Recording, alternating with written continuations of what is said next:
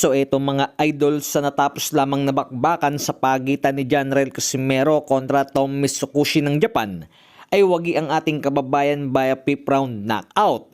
Kung saan ngay bago ito tapusin ni Angs ng Pinas, ay pinadugo muna nito ang ilong ng Hapon. Na dahil na rin sa panalong ito ay marami na rin nagsasabi na kung hindi lamang tumakbo si Konosuke Kameda at nakipagsabayan ay tulog sana din daw ito kay Casimero. So pagkatapos nga ng laban nito ay rito nito hiningi sa Japanese promoter ni Casimero na si Koki Kameda ang isang mainit na laban kay Luis Nery. Bagay na rin na gustong mangyari ng karamihan.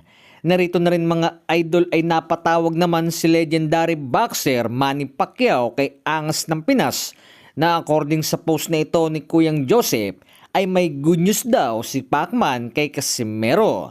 Naabangan na lamang ang susunod na plano para kay Angas ng Pinas. Samantala, sa nagtapos na rin na bakbakan sa pagitan ni Naoya Inoue at David Picasso, ay wagi naman dito ang halimaw ng Japan via unanimous decision. Kung saan ngay marami ang nagsasabi na pinaglalaroan lamang ito ni Inoue sa kanilang laban at ang iba naman na bakit hindi raw ito na knockout ng halimaw ng Japan.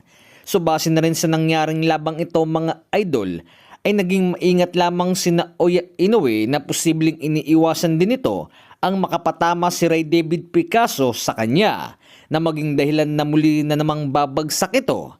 Na ang laban ay makikita naman na kinuha lamang talaga ito ni Naoya Inoue sa puntusan na asahan na rin next year na mga idol Inoue na kontra Nakatani. So speaking of Junto Nakatani mga idol, na sa nangyaring laban din ito kontra kay Sebastian Hernandez Reyes ay panalo din ito via decision, kung saan nga'y pinahirapan muna ito ng Meksikano at pinamaga pa ang mga mata. So makunat din ito mga idol na akala ko nga'y panalo ito sa laban, subalit hindi pala.